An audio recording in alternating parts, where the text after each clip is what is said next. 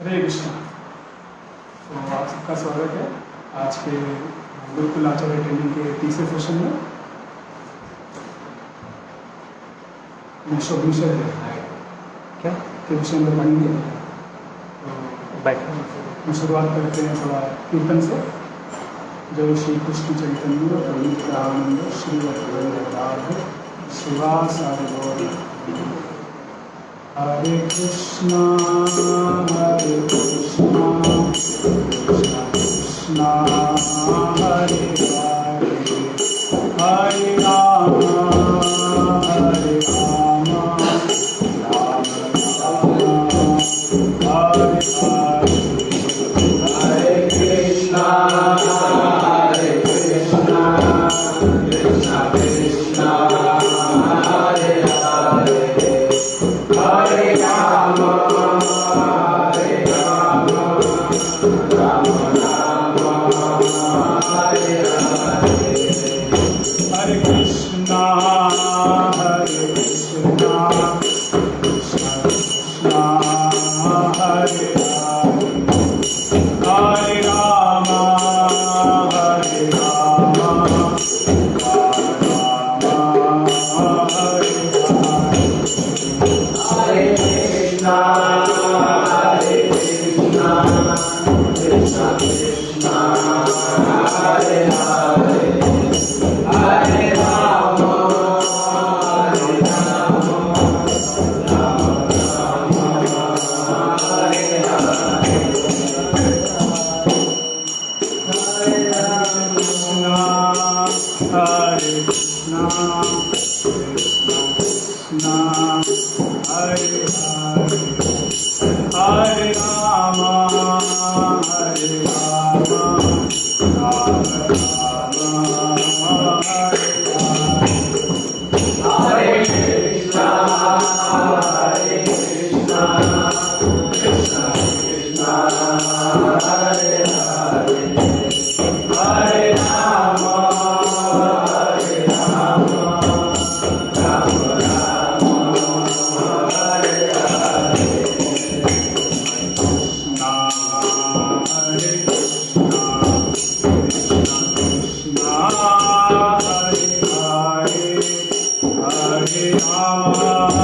हरे हरे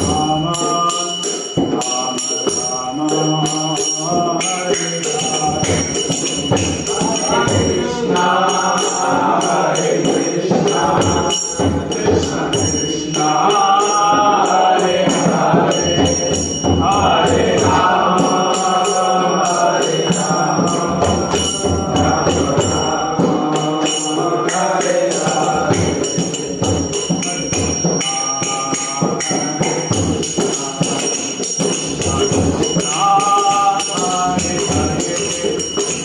हरे राम हरे राम राम राम हरे हरे हरे कृष्णा कृष्णा कृष्णा हरे हरे हरे राम राम हरे हरे हरे कृष्णा कृष्णा कृष्णा हरे हरे हरे राम राम राम हरे कृष्णा कृष्णा कृष्णा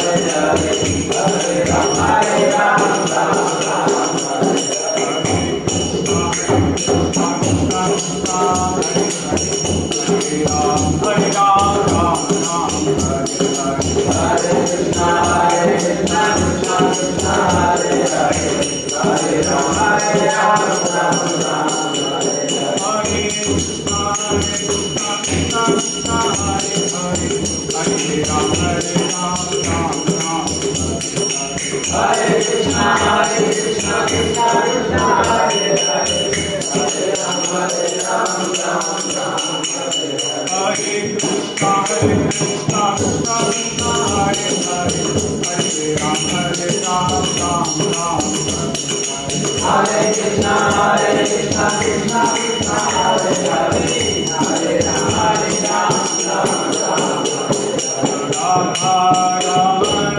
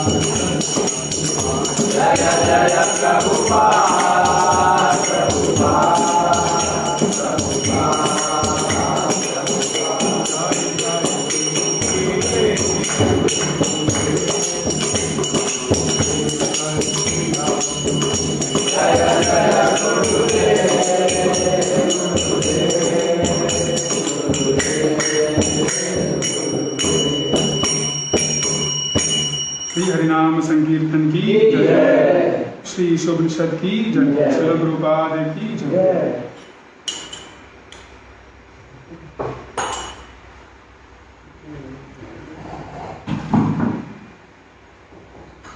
ओम ज्ञानतिमिरन्धस्य ज्ञानाञ्जनशलाकया चक्षुरुन्मीलितं येन तस्मै श्री गुरुवे नमः। नमो विष्णुपदाय कृष्णप्रेष्ठाय भूतले श्रीमते भक्तिवेदांत स्वामिनिति नामिने। नमस्ते सारस्वती देवे गौरवाणी प्रचारिणे निर्विशेष शून्यवादी पाश्चात्य देशतारिणे। नमो महावरण्याय कृष्ण प्रेम प्रदायते कृष्णाय कृष्ण चैतन्य नामिने गौरविषे नमः। हे कृष्ण करुणा सिंधु दीनबंधो जगत्पते गोपेश गोपिकाकांत राधाकांत नमस्ते। तप्त कांचन गौरांगी राधे वृंदावनेश्वरी वृषभानुसुते देवी प्रणमामि हरिप्रिये। वाञ्छाकल्पतरुभ्यश्च कृपा सिन्धुभ्येव च पतितानां पावनेभ्यो वैष्णवेभ्यो नमो नमः। जय श्री कृष्ण चैतन्य प्रभु नित्यानंद श्री अद्वैत गदाधर श्रीवासादि गौर भक्तवृंद। हरे कृष्णा कृष्णा कृष्णा हरे हरे, हरे राम राम राम हरे हरे। हरे कृष्णा। तो आप सबका स्वागत है हमारे गुरुकुल आचार्य ट्रेनिंग के इस तीसरे सेशन में। ये हर रोज हम लोग ईशोपनिषद के विषय में पढ़ेंगे इसी समय।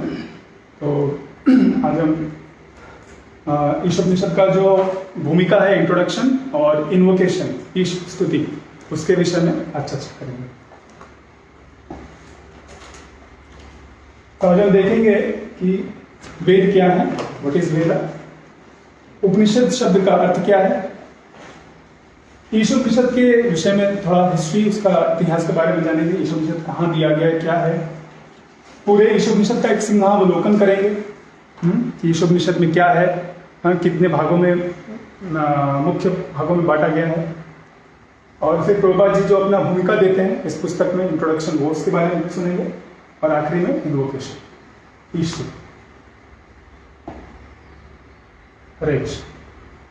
तो वेद, ये शब्द कई बार हमने सुना है। तो ये शब्द का जो मूल धातु है वो है विद, वो विद धातु से आया है। और विद धातु का मतलब है जानना या जागरूक होना, टू बी कॉन्शियस। तो वेदों से हमें समस्त ब्रह्मांड के विषय में जानकारी मिलती है। जितना भी ज्ञान है पूरे ब्रह्मांड में, उन सब का स्रोत आप ढूंढेंगे तो वेदों से आया है। तो वेद का अर्थ है ज्ञान, प्रभुपाद जी बोलते हैं अपने इसी भूमिका में। तो वेदों का मतलब है ज्ञान। उसका और भी एक पूरा अर्थ दिया गया है, वेद्यति धर्मम ब्रह्म च वेद। वेद्यति धर्मम ब्रह्म च वेद।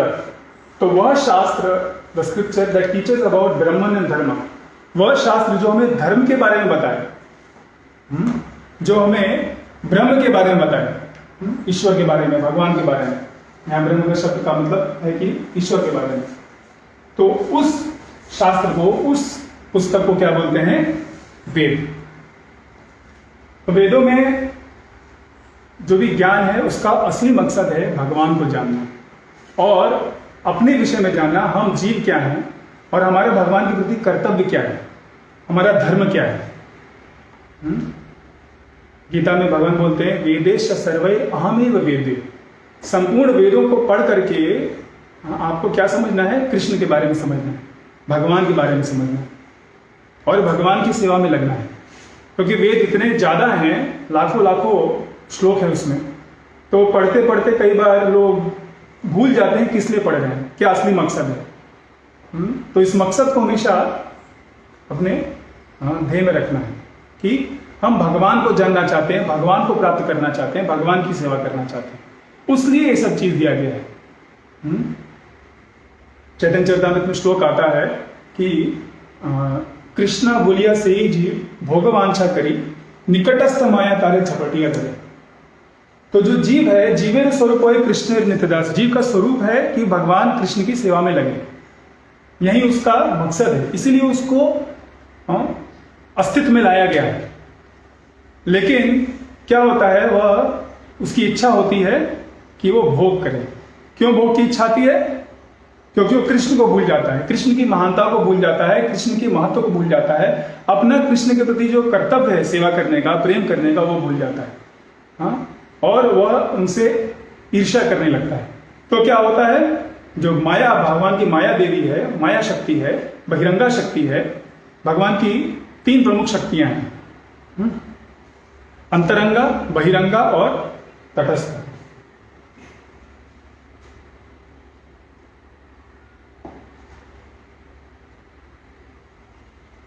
तो भगवान की 3 शक्तियां हैं। पहली है अंतरंगा,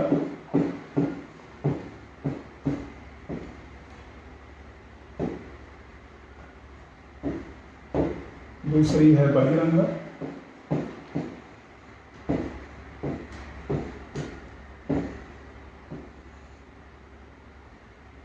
और तीसरी है तटस्थ।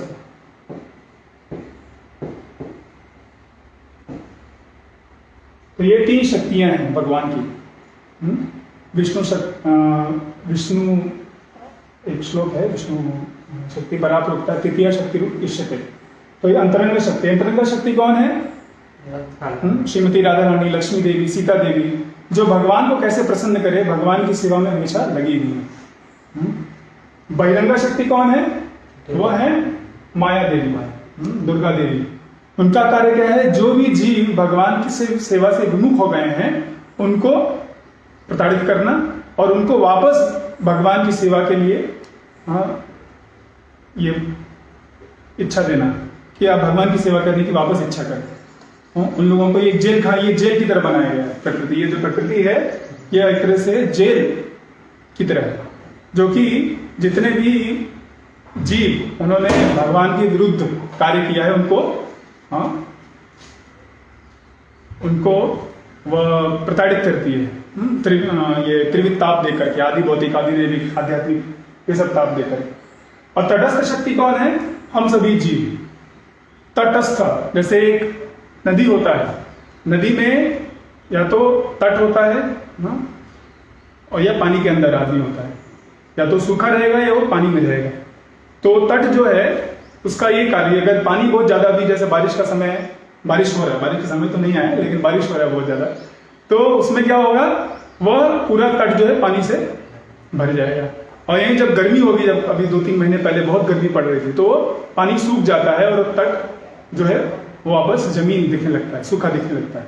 तो इसी तरह हम जीव जो हैं वो क्या है, या तो अंतरंगा शक्ति के अंतर्गत रह सकते हैं और भगवान की सेवा में लग सकते हैं, या बहिरंगा शक्ति के द्वारा प्रताड़ित होकर के भगवान की सेवा करें। ये बाय फोर्स है, आपको जबरदस्ती भगवान की सेवा कराई जा रही है और यहाँ आप अपनी स्वेच्छा से कर रहे हैं। तो ये बहुत ही सुखद स्थिति है, ये अंतरंगा शक्ति के अंतर्गत होना। और बहिरंगा शक्ति ये हमारे लिए नहीं है, इसलिए हमें यहां से अंतरंगा शक्ति में जाना है। तो इसीलिए भगवान ने क्या किया, यह सारे वेद पुराण दिए।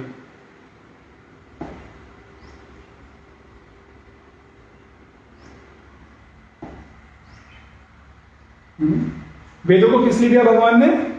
ताकि हम जीव जो है भगवान की सेवा में वापस लग सकें।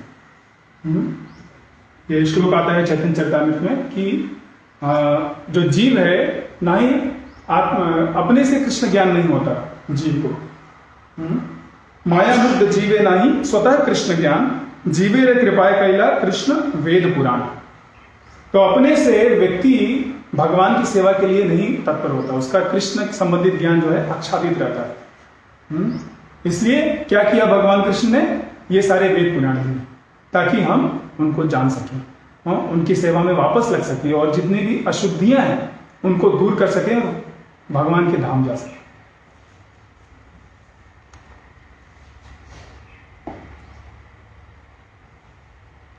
साउंड इनकार्नेशन, तो ये भगवान का शब्द रूप में अवतार है। शब्दों वै विष्णु, भगवान शब्द रूप में आ रहा है। भगवान अनेक रूप लेते हैं, अर्च विग्रह का रूप लेते हैं, स्वयं लीला अवतार के रूप में आते हैं, अनेक अनेक अवतार आते हैं। जब भागवतों में पढ़ेंगे तो उसमें बताया जाएगा अनेक अनेक अवतार। तो ये जो वेद है वह भगवान का शब्द रूप में वांग्मय अवतार है, जिससे कि वो सारे जीवात्माओं को उनकी भौतिक स्थिति से आध्यात्मिक स्थिति में पहुंचाने का प्रयास कर रहे हैं।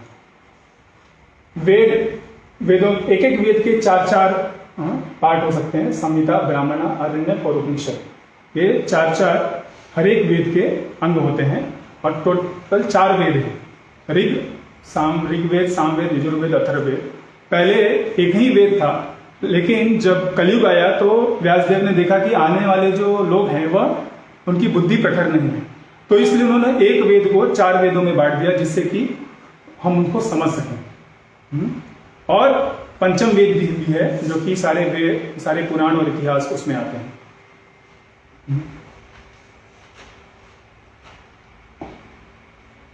आगे देखेंगे हम उपनिषद शब्द का अर्थ क्या है। तो उप शब्द का मतलब है नियर, मतलब करीब लाना, नजदीक लाना, और निषिद्धति मतलब लाना, उनको लेके आना। तो वह शास्त्र जो एक साधक को मोक्ष प्राप्त, मुक्ति प्राप्त करवाए और भगवान के, ईश्वर के करीब लेके आए, उस शास्त्र को बोलते हैं उपनिषद। और एक और अर्थ है कि वह शास्त्र जो आप गुरु के निकट जाकर के पढ़ो, वह गुरु से आपको समझना पड़ेगा, गुरु ही आपको समझा पाएंगे। उपनिषद का जो भाषा है बहुत ही मुश्किल है समझ पाना। तो यह उपनिषद वह है जो कि आप गुरु के पास जा करके उनके शरण में अच्छे से सीखें, वह होता है उपनिषद। उपनिषद का एक और शब्द अर्थ है, इसको ऐसे भी कहा गया है कि उप का मतलब निकट, नी मतलब अवश्य, निश्चित रूप से, सब मतलब जो कि उसको ढीला करे, उसको ध्वंस करे, नाश करे या उनको प्राप्त करवाए। तो क्या होता है इसका मतलब, वह ज्ञान जिसके द्वारा हमारा बंधन और बॉन्डेज इज लूजेंड विद सर्टेनिटी, हमारा जो इस भौतिक प्रकृति के साथ आसक्ति है वह उसको ढीला कर दे। और जो हमारा अज्ञान है, जो जीव का अपने स्वरूप के प्रति कि मैं भगवान कृष्ण का दास हूं, भगवान हमारे स्वामी हैं और हमें उनकी प्रेममयी सेवा में लगना है, उनको प्रसन्न करना है, यह जो स्वरूप ज्ञान है उसको वह जो ढका हुआ है अज्ञान, उस अज्ञान का नाश कर देता है उपनिषद का ज्ञान और भगवान की प्राप्ति करा दे। One takes brings closer to the lord, वही पिछला वाला जो मतलब है, हमें भगवान की प्राप्ति हो सके। तो इसलिए ये उपनिषदों को समझना बहुत जरूरी है, क्योंकि हमारा जो प्रॉब्लम जो है वो बाहरी नहीं है, प्रॉब्लम कहाँ है, हमारे अंदर है। हमारा मन जो है वह अलग अलग आसक्तियों से बंधा हुआ है, जो ऐसे क्या कहते हैं, ऐसी रस्सियां हैं जो कि दिखती नहीं है, इनविजिबल रोप्स, हमारी इच्छाओं की आसक्ति है, वो भगवान से विरोध करना और अपने स्वयं के भोग के लिए कार्य करना। तो इन आसक्तियों से निकलने में यह उपनिषद मदद करता है। तो इसलिए इन उपनिषदों को पढ़ने की बहुत आवश्यकता है। तो ऐसे करीब 108 प्रमुख उपनिषद हैं और हम ईशोपनिषद के बारे में चर्चा करेंगे। तो ईशोपनिषद ऐसे 108 उपनिषद में से 11 प्रमुख उपनिषद हैं और ईशोपनिषद उनमें पहला है और सबसे प्रमुख है। ईशोपनिषद, केन उपनिषद, मुंडक उपनिषद, ऐसे बहुत सारे उपनिषद हैं। हाँ, श्वेताश्वर उपनिषद। और यह क्या है, यह सबसे आखिरी अध्याय है शुक्ल यजुर्वेद का, जिसमें करीब 40 अध्याय हैं। तो उसका आखिरी अध्याय ईशोपनिषद है। इसको वाजसनेय संहितोपनिषद भी कहते हैं। क्यों? क्योंकि इस शुक्ल यजुर्वेद में जो वाजसनेय संहिता है उस सेक्शन में ही आता है यह उपनिषद, इसलिए इसको वाजसनेय संहितोपनिषद भी कहते हैं। और इसका नाम ईशोपनिषद क्यों पड़ा? जो पहला मंत्र है ईशावास्यदम सर्वम, तो उस ईश शब्द से इसका नाम ईशोपनिषद पड़ा।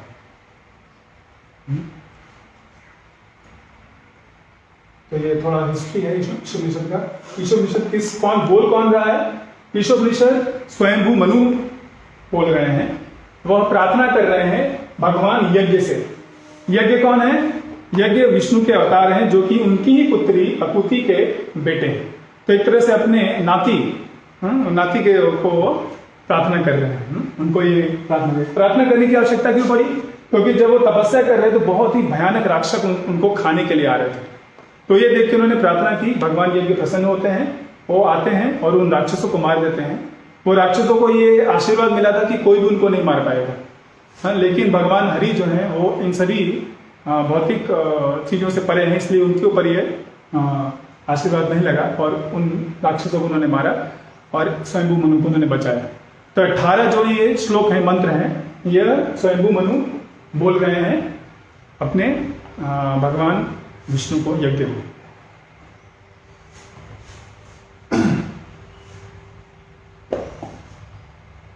अभी हम थोड़ा सिंहावलोकन करेंगे कि क्या क्या है ईशोपनिषद में। जो 18 श्लोक हैं इनको कैसे बांटा जा रहा है।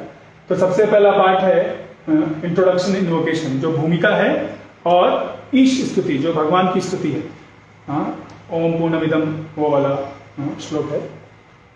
तो उसमें बताया गया है कि कैसे भगवान ईश्वर और उनकी शक्तियां पूर्ण हैं और संपूर्ण हैं। उनको और किसी चीज की आवश्यकता नहीं है बाहर से। ओम पूर्णमिदं पूर्णमिदं पूर्णात् पूर्णमुदच्यते पूर्णस्य पूर्णमादाय पूर्णमेव अवशिष्यते। फिर दूसरा जो पार्ट है वो है मंत्र 1 से 3, जिसमें कि ईशावास्य तत्व, जो ईशावास्य का सिद्धांत है वो बताया जा रहा है। जो बहुत ही महत्वपूर्ण सिद्धांत है, इसके विषय में पढ़ेंगे हम। फिर जो तीसरा सेक्शन है वह है मंत्र 4 और 5। उसमें भगवान की जो अचिंत्य शक्तियां हैं, अचिंत्य रूप है, अचिंत्य उनके जो गुण हैं, उनके बारे में बताया गया है।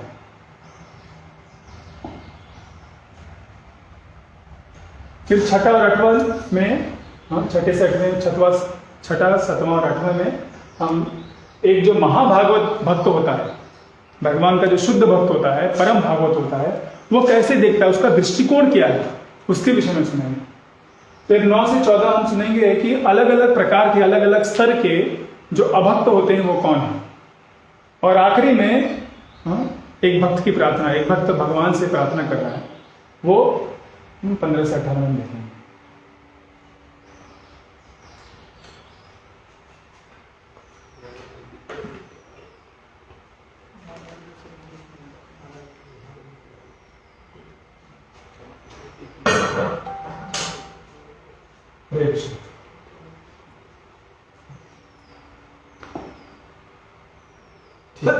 तब हम थोड़ा बात करेंगे जो प्रभुपाद जी ने अपनी भूमिका दी है इसके विषय में।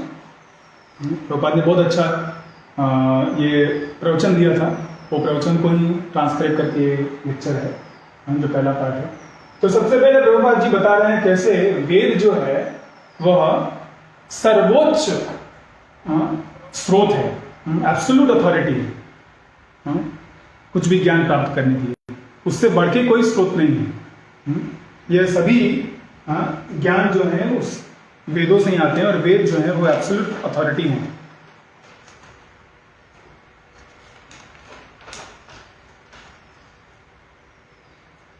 सभी आध्यात्मिक और भौतिक विषयों के में अगर जानना है तो आपको वेद को ही संपर्क करना पड़ेगा, बिना वेदों से जाने हम नहीं प्राप्त कर पाएंगे। तो प्रभुपाद जी पहले बताते हैं कि 3 तरह के प्रमाण जो ज्ञान प्राप्त करना होता है वो हम 3 तरीके से प्राप्त कर सकते हैं। तो पहला है प्रत्यक्ष प्रमाण, दूसरा है अनुमान प्रमाण, तीसरा है शब्द प्रमाण। तो प्रत्यक्ष प्रमाण मतलब हम जो अपने इंद्रियों से प्राप्त करें वो ज्ञान, हाँ, हमारी जो ज्ञानेंद्रियां हैं, आंख है, कान है, हाँ, जो त्वचा है, इन सबों से हम जो प्राप्त करें सीधा साधा, वह है प्रत्यक्ष प्रमाण। अनुमान मतलब जो इंद्रियों से आया हुआ ज्ञान है उसके बेसिस पर, उसके आधार पर हम जो अनुमान लगा सकें, शायद ऐसा होगा या ऐसा ही होगा। और शब्द जो हमें, हाँ, गुरु और गुरु शिष्य परंपरा से मिल रही है, एक अथॉरिटी से मिल रहा है, एक प्रामाणिक व्यक्ति से मिल रहा है, वह ज्ञान। तो सबसे पहला जो है प्रत्यक्ष और अनुमान। यह प्रत्यक्ष और अनुमान जो है वह इम्परफेक्ट है, वह अपूर्ण है। क्यों? उसके बारे में प्रभुपाद जी बहुत अच्छे से बताते हैं क्यों ऐसा है।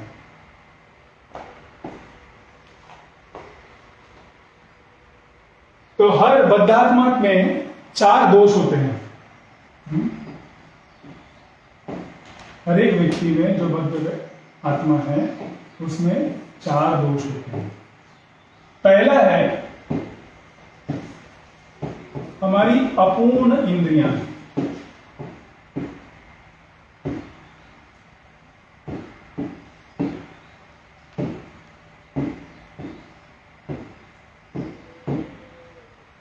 हम सबकी जो इंद्रियां हैं वो अपूर्ण है। जैसे हमारा आंख सिर्फ 400 नैनोमीटर से लेके 700 नैनोमीटर के बीच दे सकता है। जो सूर्य की रोशनी है उसका जो वेवलेंथ है उतने में ही देख सकता है, उससे कम नहीं देख सकता, उससे ज्यादा नहीं देख सकता। इंफ्रारेड को नहीं देख सकता, अल्ट्रावायलेट को नहीं देख सकता। इसी तरह सुनने का भी, कान भी हमारे 20 हर्ट्ज से 20,000 हर्ट्ज तक ही सुन सकते हैं, उससे कम नहीं, उससे ज्यादा नहीं। हम जो, अगर ये दीवार है मेरे पीछे, ये जो दीवार है सामने दीवार, उसके पीछे क्या है वो मुझे दिख नहीं सकता। तो हमारी इंद्रियां जो है वो अपूर्ण है, इससे हमें संपूर्ण ज्ञान नहीं मिलता। तो अगर संपूर्ण ज्ञान मान लीजिए इतना है, तो अपनी इंद्रियों से हम मात्र इतना ही जान पाएंगे, क्योंकि हमारी इंद्रियां बाकी जो इसके बाहर आता है वो देख नहीं पाएगी। ये इतना सब जो है ज्ञान हमको मिल नहीं पाएगा, हम इसको समझ नहीं पाएंगे। इतना हम सुन नहीं सकते, इतना हम देख नहीं सकते, इतना हम टेस्ट नहीं कर सकते, स्वाद नहीं ले सकते, कर सकते। इसलिए तो हमारी इंद्रियां अपूर्ण हैं, इसलिए हमें पूर्ण ज्ञान नहीं मिल सकता। ठीक है। दूसरा, क्योंकि इंद्रियां अपूर्ण हैं इसलिए क्या होगा, हम गलतियां करेंगे। ठीक है। तो त्रुटियां होंगी हमसे।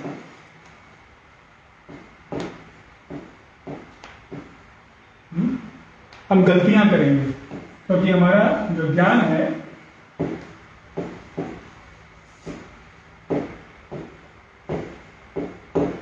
हमारी जो इंद्रियां हैं जिनसे हम ज्ञान अर्जन कर रहे हैं वही अपूर्ण है, हाँ, वही परफेक्ट नहीं, इसलिए हम गलतियां करेंगे। हाँ, जैसे अगर कोई कभी कभी होता है, आप अगर ट्रेन जा रही है तो उसको लोग, बच्चे लोग कुछ और समझ लेते हैं, डर जाते हैं, लगता है कि कोई राक्षस आ रहा है, ऐसे बच्चे डर जाते हैं कभी कभी। तो वैसे ही गलतियां करते हैं क्योंकि हमारा आंखें पूरी देख नहीं सकती। और इसके कारण क्या होता है, तीसरा जो है, हम भ्रम में पड़ जाते हैं। जब गलतियां करेंगे तो हम गलत जानेंगे, जो हम नहीं है वो समझेंगे अपने आप। तो ऐसा ही हो रहा है, हम ये शरीर नहीं है फिर भी हम सोच रहे हैं कि हम ये शरीर हैं। माया का शब्द अर्थ का ये, माया शब्द का ये अर्थ है कि वह जो नहीं है, हम हैं आत्मा, लेकिन हम सोच रहे हैं कि हम ये शरीर हैं। हाँ, किसी को भी पूछा जाए तुम्हारा नाम क्या है, तो मैं ये तो कृष्णदास, हाँ, वो है। लेकिन ये कितने साल तक रहेंगे? अभी 1 साल पहले इनका नाम कुछ और था। तो हमारा अस्तित्व जो है उसको हम गलत समझते हैं, ये भ्रम पैदा हो जाता है। ठीक है। और जब भ्रम में पड़ जाते हैं और जब हम जानते हैं कि भ्रम में है तो हम क्या करेंगे, हम उसको छुपाने का प्रयास करेंगे। हर व्यक्ति कोशिश करेगा कि अपना जो इमेज है अच्छा इमेज रहे, ठीक है। भले ही कोई बहुत बड़ा मूर्ख हो लेकिन अपने आप को बड़ा बुद्धिमान बताता है, तो इसलिए वो क्या करेगा, हाँ वो चीटिंग कैपेसिटी आएगा, धोखा देना, धोखा देना, धोखा जो है धोखा देता है,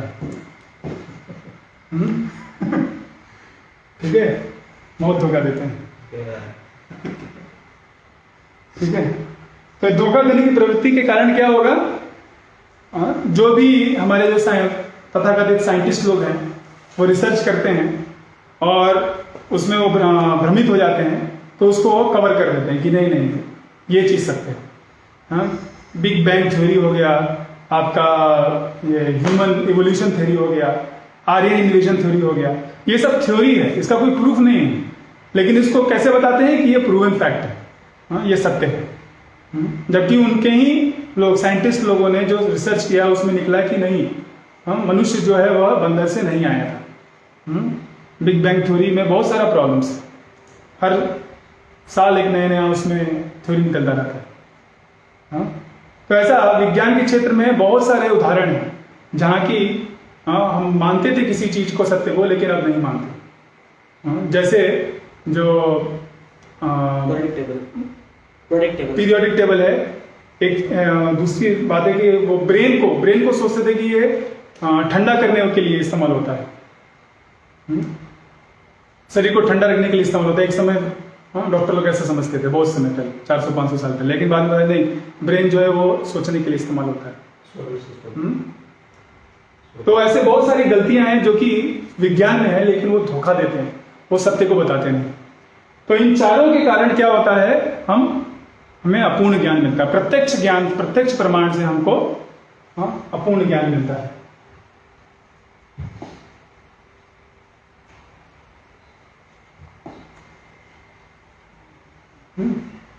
तो ये जो प्रत्यक्ष है,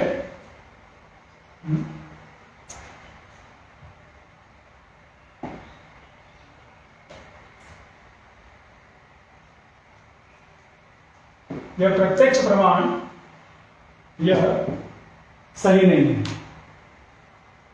यह अपूर्ण है। अब अनुमान प्रमाण को देखिए, अनुमान प्रमाण का जो आधार है वह प्रत्यक्ष प्रमाण है। तो जब आधार ही गलत है तो उसके ऊपर आप अनुमान लगाएंगे वो भी गलत ही होगा। तो इसलिए अनुमान प्रमाण भी गलत है, इससे भी आपको संपूर्ण ज्ञान नहीं मिलेगा। यह क्या कहते हैं, अपूर्ण ज्ञान है। जैसे एक बार आपने सुना होगा एक स्टोरी, ये क्या कहते हैं, कहानी सुनी होगी कि 6 अंधे लोग गए एक हाथी को देखने के लिए। तो किसी ने सूंड पकड़ा, किसी ने उसका सामने का दांत पकड़ा, किसी ने पूंछ पकड़ा, किसी ने पैर पकड़ा, किसी ने उसका पेट पकड़ा, किसी ने उसका कान पकड़ा, ठीक है। तो 6 के 6 ने अपना अपना अनुमान देना चालू किया। तो जो कान पकड़ा उसने सोचा कि जो ये आपका हाथी है वो हाथी क्या है, वह सूप के समान है और बड़े पंखे के समान है, ठीक है। जो सूंड पकड़ा उसने सोचा कि हाथी बहुत मोटा रस्सी है।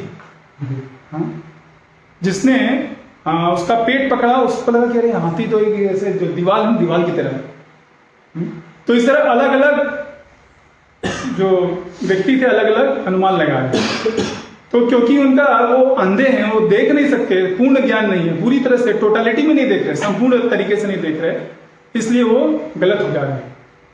उनका जो एक जो पकड़ा उन्होंने वो सही था, ठीक है, उन्होंने कान पकड़ा या पूंछ पकड़ा वो सही है, लेकिन उसके बेसिस पे ही आप जब अनुमान लगाने लगेंगे उसके आधार पर, तो आपका ज्ञान क्या होगा, अपूर्ण होगा, आप गलतियां करेंगे, आपको संपूर्ण ज्ञान नहीं मिलेगा।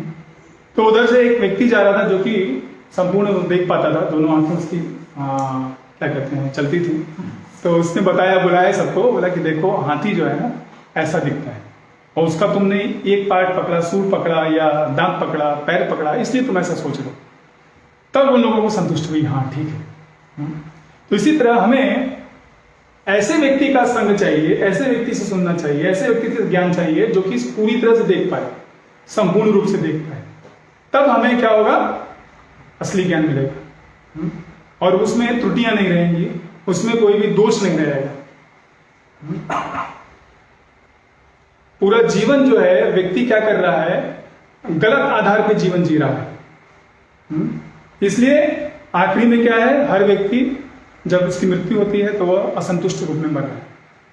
लेकिन जब आप असली ज्ञान लेंगे, जो व्यक्ति सब कुछ जानता है उससे लेंगे, उसके आधार पर जीवन जिएंगे, तब आपको यह असंतुष्ट नहीं होना पड़ेगा। आप संपूर्ण रूप से संतुष्ट होंगे और अपने जीवन का असली लक्ष्य प्राप्त कर पाएंगे। तो वो व्यक्ति कौन है, वो व्यक्ति भगवान ईश्वर स्वयं है। तो इसलिए यहां है शब्द, तो शब्द ब्रह्म है।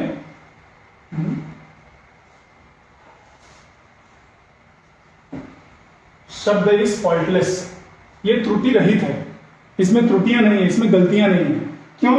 क्योंकि हम सुप्रीम पर्सनैलिटी गॉडहेड भगवान से और उनके प्रामाणिक जो प्रतिनिधि हैं, गुरु महाराज, हाँ, जो गुरु शिष्य संप्रदाय है, उससे हम ले रहे हैं, उनसे हम यह ज्ञान ले रहे हैं। क्योंकि भगवान बद्ध नहीं है, वो मुक्त है, उनकी दृष्टि पूरी तरह से परफेक्ट है, क्योंकि उन्होंने ये बनाया है संसार, तो इसलिए उनको सबसे अच्छी तरह से पता है कि क्या है, कैसे है, व्हाट इज व्हाट, क्या है, दूध का दूध और पानी का पानी, ये भौतिक प्रकृति क्या है, आध्यात्मिक प्रकृति क्या है, जीव क्या है, कैसे जीव निकल सकता है, ये सब सिर्फ भगवान ही बता सकते हैं सही है। तो ये वैसे ही है जैसे वो जो 6 लोगों को एक आदमी मिला जो कि सब कुछ देख पाता था, जिसकी दोनों आंखें ठीक थी। वैसे ही हम भी जब उन्होंने 6 लोगों ने उन्हें उससे सुना, उस व्यक्ति से सुना जिसकी आंखें ठीक थी, तो उनको संपूर्ण ज्ञान हुआ कि हाथी कैसा है। वैसे ही हमें भी ये सृष्टि क्या है और हम कौन है, भगवान कौन है, इसके विषय में संपूर्ण ज्ञान होता है जब हम भगवान से ज्ञान ग्रहण करेंगे। और यह गुरु शिष्य संप्रदाय से नीचे आता है। भगवान ने यह ज्ञान सबसे पहले ब्रह्मा जी को दिया, ब्रह्मा जी ने नारद मुनि को दिया, नारद मुनि ने वेद व्यास को दिया, वेद व्यास ने अपने शिष्यों को दिया, और इस तरह से ये हमारे तक पहुंचता है। भगवान ने ऐसे 4 संप्रदाय बना रखे हैं, कुमार संप्रदाय, श्री संप्रदाय, रुद्र संप्रदाय और ब्रह्म संप्रदाय। तो चारों संप्रदाय से आप जब ज्ञान लेंगे तो आपको संपूर्ण ज्ञान मिलेगा, क्योंकि उनके जो आदि गुरु हैं, स्रोत हैं, वो हैं भगवान स्वयं।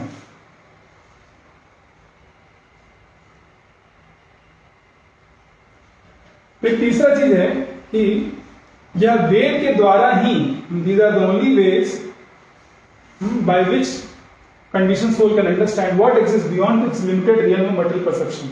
जो हमारा भौतिक दृष्टि है, जितना हम ये भौतिक संसार को देख पाते हैं, ये सीमित जगत है, और उस सीमित जगत में भी बहुत कम हम देख पाते हैं। तो इस सीमित होने के कारण हम पूर्ण ज्ञान नहीं प्राप्त कर सकते। इसके अगर परे की चीज जानना है तो ये ब्रह्मांड जो है, यह आध्यात्मिक जगत का एक हिस्सा है। भौतिक जगत एक छोटा सा 1/4। ब्रह्मा जी कई बार बताते हैं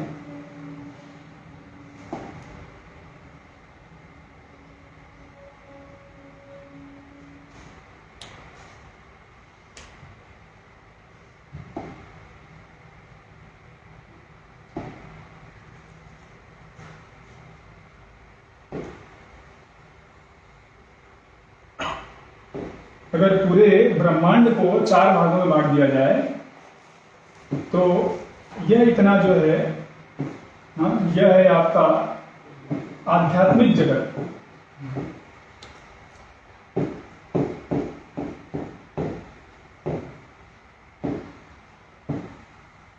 यह आध्यात्मिक जगत है, इसको बोलते हैं त्रिपाद विभूति। ठीक है, ये त्रिपाद विभूति 3/4। और ये जो बाकी बचा है यह है 1/4। यह है भौतिक जगत जहां हम लोग अभी हैं।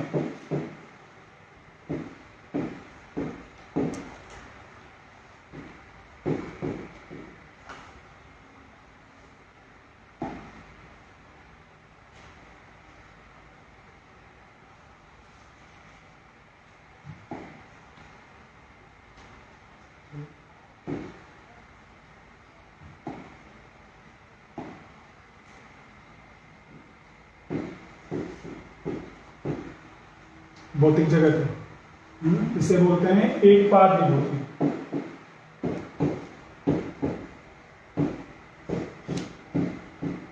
1/4। तो हम यहाँ पे अटके पड़े हैं। इसमें भी बहुत सारे ब्रह्मांड, उस ब्रह्मांड में एक छोटा ब्रह्मांड है हमारा, सबसे छोटा ब्रह्मांड, जिसके कि ब्रह्मा जी 4 सिर वाले हैं, और इससे बड़ा ब्रह्मांड है जो 8 सिर वाले ब्रह्मांड। तो हमारा ब्रह्मांड सबसे छोटा है, और उस ब्रह्मांड में हम लोग हैं, तो उससे हम कैसे जान सकते हैं इसके बाहर की चीज? कोई रास्ता नहीं है, सिर्फ और सिर्फ जब तक हम वेदों को स्वीकार न करें। तो इसलिए हमें वेद पढ़ना बहुत जरूरी है।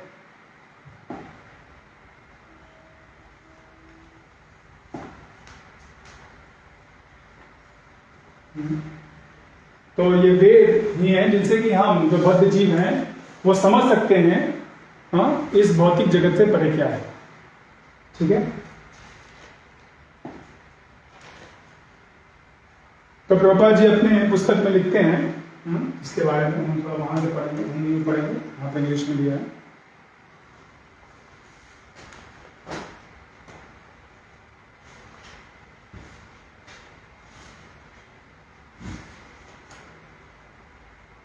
प्रभुपाद जी लिख रहे हैं कि यह जो एक आध्यात्मिक आकाश है, और वहां अन्य प्रकृति है जो व्यक्त तथा अव्यक्त से परे है। लेकिन आप ये कैसे जानेंगे कि एक ऐसा आकाश भी है जहां के ग्रह तथा निवासी शाश्वत हैं? तो आध्यात्मिक जगत के विषय में कैसे जानेंगे? ये सारा ज्ञान उपलब्ध है, लेकिन आप कैसे प्रयोग कर पाएंगे? ये संभव ही नहीं है। आध्यात्मिक जगत के विषय में प्रयोग हम नहीं कर सकते, इसको हम सिर्फ वेदों से ही प्राप्त कर सकते हैं। अतएव आपको वेदों की सहायता लेनी होगी, यह वैदिक ज्ञान कहलाता है। हमारे कृष्ण भावनामृत आंदोलन में हम ज्ञान को सर्वोच्च अधिकारी अर्थात कृष्ण से ग्रहण करते हैं। तो जो सर्वोच्च अधिकारी, कृष्ण से बढ़ के कोई नहीं है। मत्ता परतरम नान्यत् किंचित् अस्ति धनंजय, गीता में भगवान बताते हैं। तो कृष्ण के पास जो ज्ञान है उनसे बड़ा ज्ञानी पुरुष को नहीं है, उनसे हम ज्ञान प्राप्त कर रहे हैं, सर्वोच्च अधिकारी हैं। कृष्ण को सभी वर्ग के लोग सर्वोच्च प्रमाण के रूप में स्वीकार करते हैं। तो हमें उनसे यह ज्ञान हमें उनसे स्वीकार करना चाहिए। तो इस प्रकार जब हम भगवान से ये ज्ञान स्वीकार करेंगे तो हम निश्चित रूप से उनको प्राप्त कर सकते हैं। वरना अपनी अपूर्ण इंद्रियों से हम अगर कोशिश करते रहेंगे ज्ञान प्राप्त करने को, तो बहुत समय लग जाएगा प्राप्त करने में, और वो अपूर्ण भी रहेगा। और यह जो वैदिक ज्ञान है वह शुद्ध है, उसमें कोई त्रुटि नहीं है। और सबसे महत्वपूर्ण चीज यह है कि आपको जो भी चाहिए सब कुछ उसमें है। धर्म, अर्थ, काम, मोक्ष सब कुछ उसमें है। जो भी मानव सभ्यता को, मनुष्य जीवन को के लिए आवश्यकता है, सब कुछ। ऐसा नहीं कि आध्यात्मिक चीजों के लिए सिर्फ हम वेद स्वीकार करें और बाकी चीजों के लिए हमें आधुनिक ज्ञान लेना पड़ेगा, नहीं। उसमें भौतिक जगत के विषय में बताया गया है कि भौतिक जगत क्या है, कैसा है, हम क्या है, हमारा क्या प्रकृति है, और कैसे हम यहाँ पे रहें। हमारा अलग अलग जो प्रकृति है, ब्राह्मण, क्षत्रिय, वैश्य, शूद्र, इन सब के बारे में बताया गया है, और उनके क्या कर्तव्य है, कैसे वो अपना जीवन यापन कर सकते हैं, और कैसे उन सब का इस्तेमाल भगवान की सेवा के लिए करें। ये सब का सब वेदों में बताया गया है।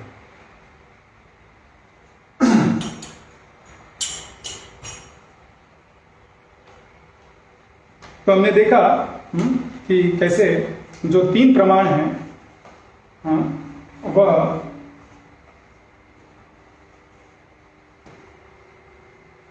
ये प्रत्यक्ष प्रमाण, अनुमान प्रमाण और शब्द प्रमाण में, शब्द प्रमाण ही है जो संपूर्ण है। और जब शब्द प्रमाण को आप ग्रहण करते हैं तब प्रत्यक्ष और अनुमान का भी इस्तेमाल किया जा सकता है, लेकिन वो किस लिए है? उसको शब्द के अनुसार जो वेदों में बताया जा रहा है उसकी तरह हमें इस्तेमाल करना है, उनके डायरेक्शन में इस्तेमाल करना है, उनके विरोध में नहीं। तो हम अपने बुद्धि का, अपने इंद्रियों का इस्तेमाल करते हैं ज्ञान अर्जन के लिए, ताकि हम देख सकें कैसे जो वेदों में बताया गया है वो सही है। हम उसका इस्तेमाल इसलिए नहीं कर रहे कि पता करें है क्या सत्य, उसमें बहुत समय लगेगा। एक छोटा सा उदाहरण देते हैं, जैसे अगर किसी व्यक्ति को पता करना है कि उसके पिता कौन है, तो आजकल डीएनए टेस्टिंग की जा सकती है। आप डीएनए टेस्टिंग करिए, ठीक है, लेकिन डीएनए टेस्टिंग में भी इतने सारे पुरुष हैं जो कि उनके पिता की उम्र के हो सकते हैं, सबका टेस्टिंग करना पड़ेगा। और उसके बाद भी डीएनए टेस्टिंग से क्या होगा, एक परसेंटेज मिलेगा आपको कि इतने सारे लोग ही आपके पिता हो सकते हैं। ठीक है, तो यह हो गया आपका प्रत्यक्ष और अनुमान प्रमाण के द्वारा आप ज्ञान का अर्जन करना चाह रहे हैं कि आपके पिता कौन है। लेकिन वहीं अगर आप अपनी माता से पूछेंगे, जो कि प्रामाणिक व्यक्ति है, आधिकारिक व्यक्ति है, जो सही में जानता है आपके पिता कौन है, तो आपको तुरंत पता चल जाएगा। ठीक है, तो इसलिए जो शब्द प्रमाण है उसको स्वीकार करना, वेदों को स्वीकार करना से हर जीव का उद्धार हो गया। हमारा ही भलाई है, हमारा मनुष्य जीवन जो बहुत कम है और उसमें हमें संपूर्ण अपने हृदय को शुद्ध करना है, भगवान के धाम जाने के लिए हमें क्वालिफाइड बनना है, काबिल बनना है। तो इसलिए हमारा जो समय है उसको अच्छे से इस्तेमाल करने के लिए आपको भगवान का जो वाणी है, ये वेद है, सबसे महत्वपूर्ण वेदों में श्रीमद् भगवद गीता, भागवतम, ईशोपनिषद, भक्ति रसामृत सिंधु, ये सब जो पुस्तकें हैं जो पढ़ा रहे हैं, इसको समझना है। आप ये पढ़िए, आपको बाकी वेदों को डीप में जाने का आवश्यकता नहीं पड़ेगा। ये चार को भी आप अच्छे से समझ लें, वो आपके लिए काफी है। और वेदों में जो दिया गया है, क्या क्या दिया गया है, सामाजिक व्यवस्था कैसी होनी चाहिए, धर्म क्या है, हमारा वर्णाश्रम धर्म क्या है, सनातन धर्म क्या है, भावनात्मक आदान प्रदान कैसे हो, पिता पुत्र का, पति और पत्नी का, माता पिता का, एक राजा और प्रजा के साथ कैसे आदान प्रदान होना चाहिए, ये सब दिया गया है। क्या आदर्श उदाहरण है, क्या गलत उदाहरण है, सब बताया गया है। अर्थव्यवस्था कैसी होनी चाहिए, हमारा व्यवसाय क्या होना चाहिए, हमारे कर्तव्य क्या होने चाहिए, नैतिकता क्या होती है, नैतिक मूल्य क्या है, न्याय व्यवस्था, और जो जीव यहां करने आए इंद्रिय तृप्ति कैसे मिलेगी उसे, इंद्रियों की संतुष्टि भी जरूरी है।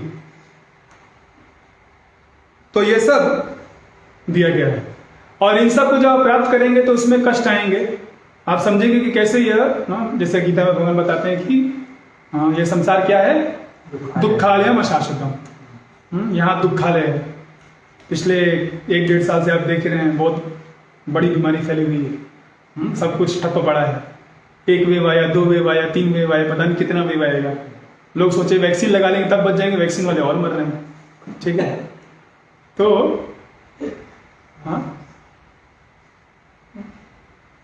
तो ये सब जब कष्ट और क्लेश आते हैं तो आप चाहेंगे कि कैसे मुझे इससे मुक्ति मिले। तो इस भौतिक संसार से कैसे मुक्ति मिले, वो प्राप्ति का मार्ग भी बताया गया है, मोक्ष का मार्ग, मुक्ति का मार्ग, भक्ति का मार्ग।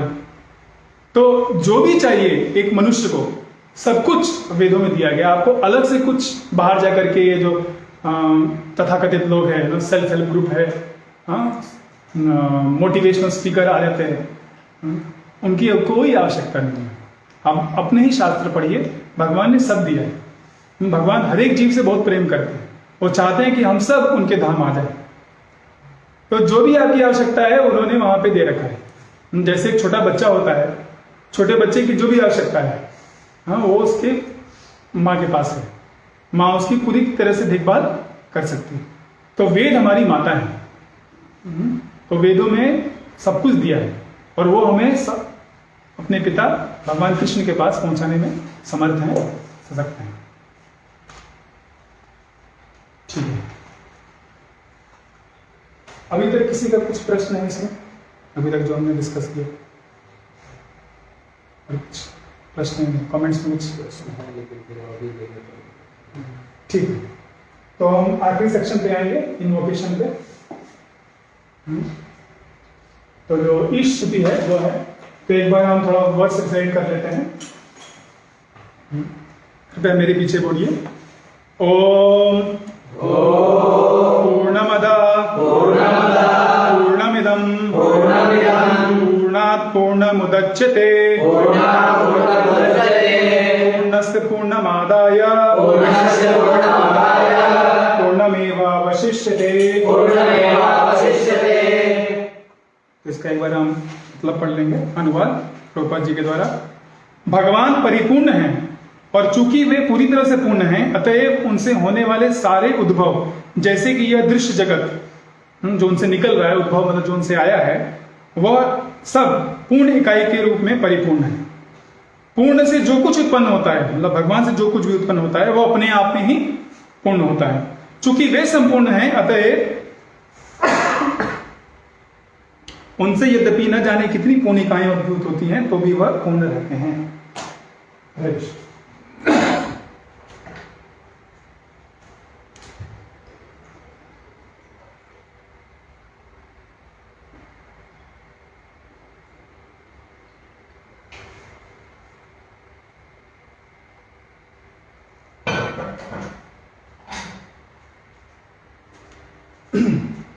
जैसे यहाँ लिखा है, भगवान परफेक्ट, संपूर्ण है, कंप्लीट है। किस तरह से? दो तरीके से। सबसे पहला कि वह सच्चिदानंद विग्रह है। भगवान का, ये श्रीमद् भागवतम में श्लोक आता है कि वदंती तत्तद्विदस् तत्तम यज्ञानम अद्वयम ब्रह्मेति परमात्मेति भगवान इति शब्द। तो ईश्वर को जब आप साक्षात्कार करते हैं तो उसके 3 स्तर हैं। पहले स्तर पे आप समझते हैं कि भगवान ब्रह्म ज्योति है, लेकिन उसमें सिर्फ आप भगवान के सत जो उनका फीचर है, सत मतलब इटर्निटी, शाश्वत रूप, शाश्वत, उसका ही आप अनुभव कर पाते हैं।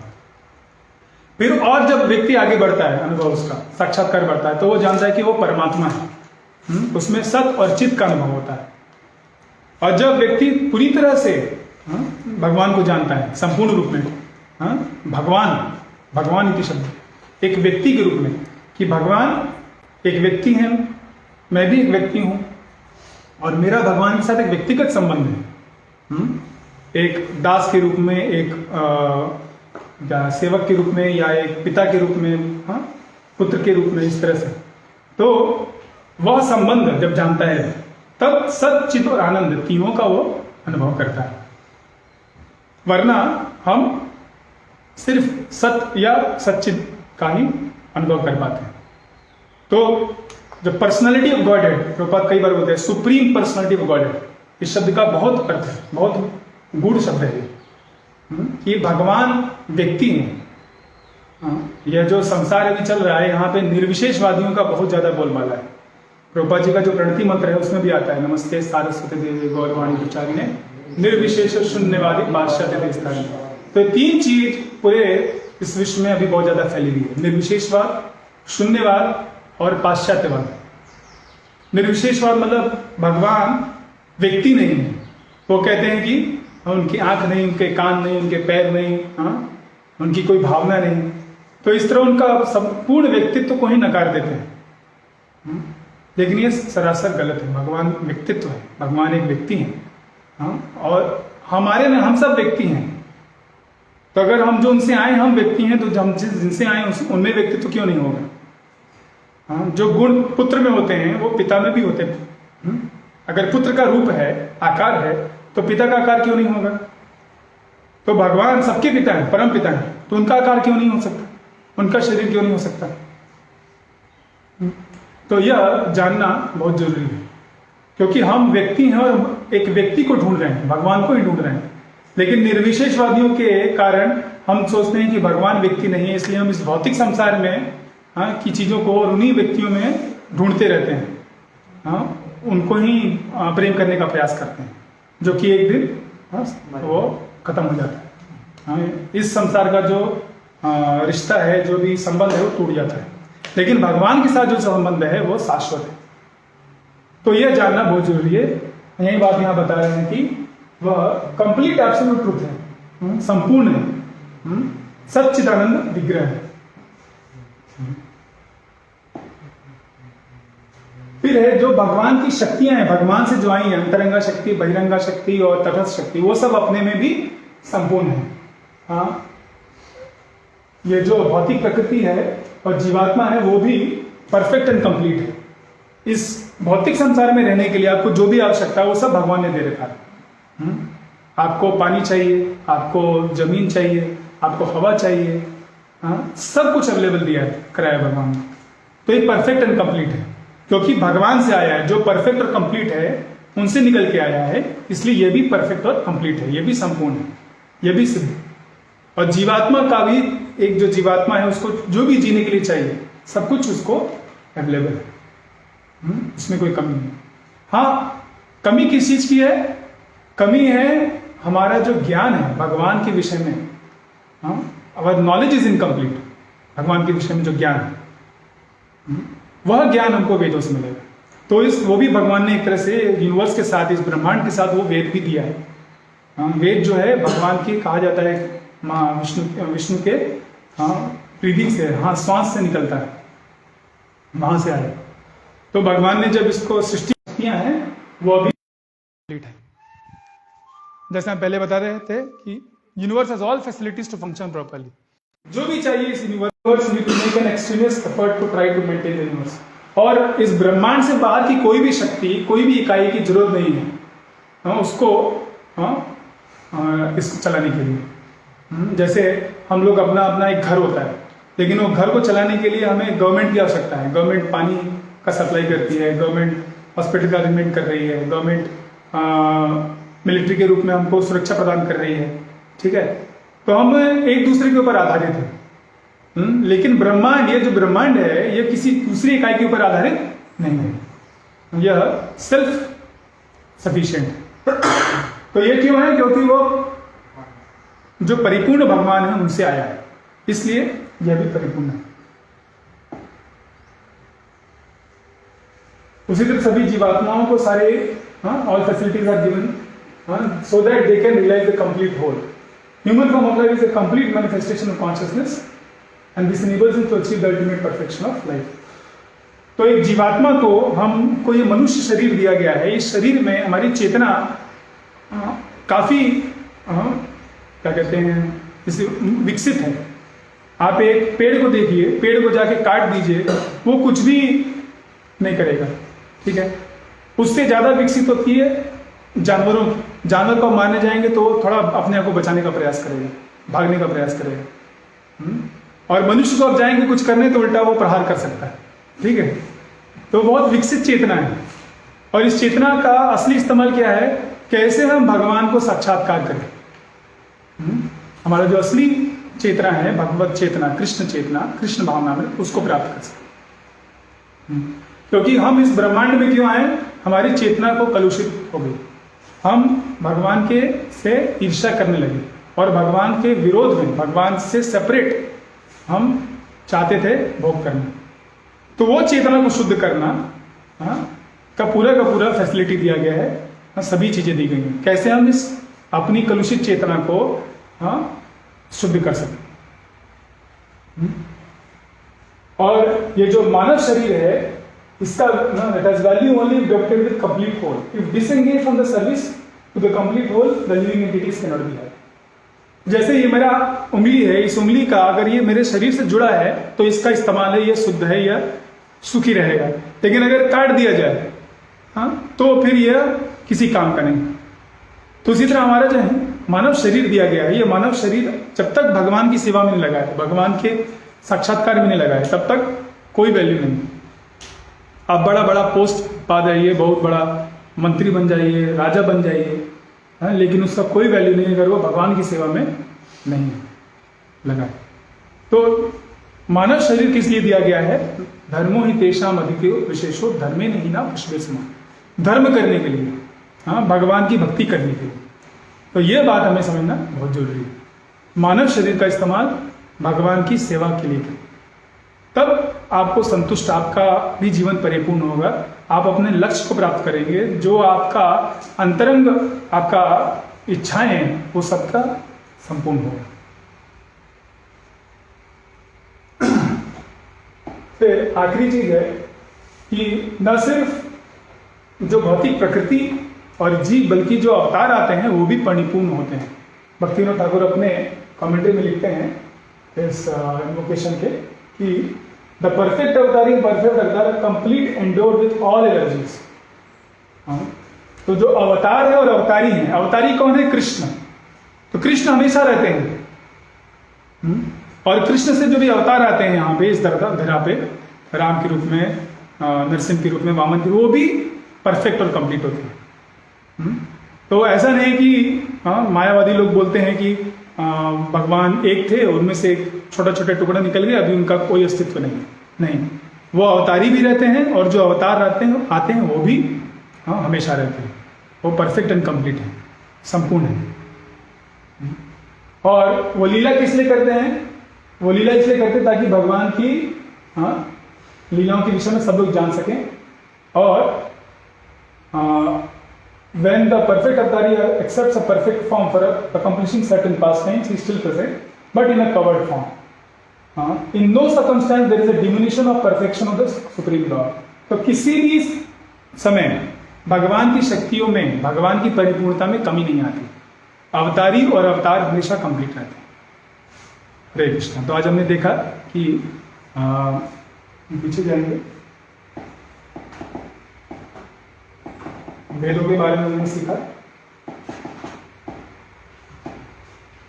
वेद क्या है, वेद शब्द का अर्थ समझा, उपनिषद के बारे में समझा, उपनिषद क्या है, ईशोपनिषद का थोड़ा हिस्ट्री देखा हमने, उसका सिंहावलोकन किया, क्या क्या ईशोपनिषद में मंत्रों का विभाजन है, और प्रभुपाद जी का जो भूमिका है, और ईश स्तुति इनवोकेशन, इसके बारे में सुना। बहुत बहुत धन्यवाद। तो कल आने से पहले, अगले क्लास से पहले कृपया मंत्र 1 पूरा पढ़ के आइएगा, और आज का भी जो इनवोकेशन है वो पढ़ लीजिए। सबको ये मिल जाएगा। हाँ, इसको हम भेज देंगे, ये पीपीटी हम अभी क्लास के बाद भेज देंगे। हरे कृष्णा। बहुत बहुत धन्यवाद। श्रील प्रभुपाद की जय।